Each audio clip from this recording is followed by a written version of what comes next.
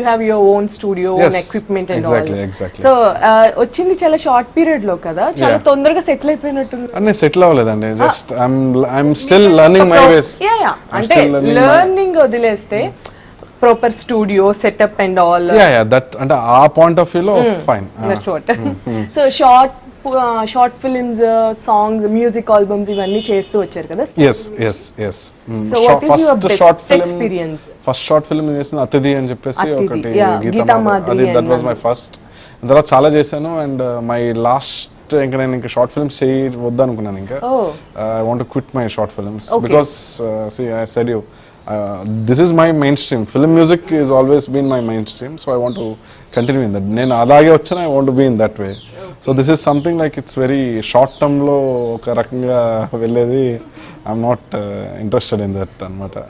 Basic గా ఘంటసాల విశ్వనాథ్ అనే గాని ఘంటసాల గారి రిలేటివ్ చాలా మంది అడుగుతారు. సో మీరు అసలు మీకు ఎలాంటి సంబంధం లేదు? నా సర్నేమ్ కూడా ఘంటసాల. సో అలా వచ్చి చాలా మంది అడుగుతారు అండ్ ఫస్ట్ నేను అనుకున్నాను ఓకే నా సర్నేమ్ కూడా అదే కదా, వై నాట్ నా పేరు కూడా. మళ్ళీ అందరూ అలాగ అడిగేసరికి కాదు కదా, అందుకనే జీవి, ఎస్ ఎగ్జాక్ట్లీ జీవి అని పెట్టేసుకుంటే దట్ విల్ బి గుడ్ కదా. ఫస్ట్ వినగానే యాక్చువల్ గా ఎవరన్నా రిలేటివ్ ఏమో అనిపిస్తుంది. ఎగ్జాక్ట్లీ. యాక్చువల్ గా మ్యూజిక్ బ్యాక్గ్రౌండ్ ఏదన్నా ఉందా మీకు? నథింగ్ అండి, ఫ్యామిలీలో ఎవరికి లేదు. I learn by my own. నాకు ఎవరు గురువు ఎవరు లేరు దీంట్లో. సో చిన్నప్పటి నుంచి I was passionated towards arts అనమాట. యాక్చువల్లీ నాకు బి ఆర్కిటెక్చర్లో కూడా స్టేట్ ర్యాంక్ 98 వచ్చింది నాకు ర్యాంక్. కానీ ఇంట్లో ఒప్పుకోలేదు, అది ఒప్పుకోలేదు. సో ఐ వాజ్ అంటే నాకు బేసిక్ చిన్నప్పటి నుంచి ఆర్ట్స్లో ఎక్కువ ఇంట్రెస్ట్ ఉండేది. Artistic mentality. True. I play lot of games అనమాట. నాకు మొత్తం ఎక్స్బాక్స్ కలెక్షన్ ఆఫ్ గేమ్స్ చాలా ఉంటుంది. నా స్టూడియోలో మొత్తం కలెక్షన్ ఉంటుంది అనమాట. ఖాళీ టైం ఉన్నప్పుడల్లా I keep on playing games. That's it. అంటే I don't have any other habits like going out something like. My time is with my family or in studio. Only 2 places. Okay, you married kada? Yes, married. Recently kada, 2012 lo married. Recently papa puttindi. It's now 4 months old baby. Okay. Love marriage? Yes, love marriage. That's a love marriage. So baga surprises istar anukunta. Last year me birthday kuda oka pedda surprise me studio nena?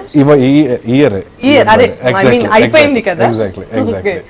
Full surprise ichindi. Tanu chala I mean she always loves me the way I am and that's why I feel always lucky myself.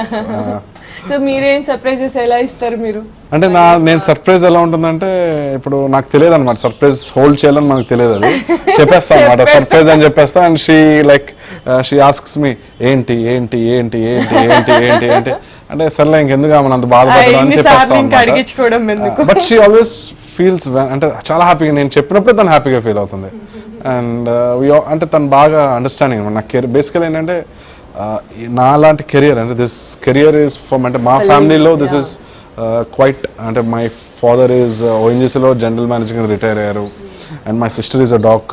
My brother in law అంటే మా బావగారు is ఒక కంపెనీకి Europe రీజన్కి vice president. So family is something very different. And మా wife she's a grad and she is doing I mean oriental institute central గవర్నమెంట్లో తన employee. So అందరూ డిఫరెంట్, నేను ఒక్కడనే అవేగా వచ్చాను.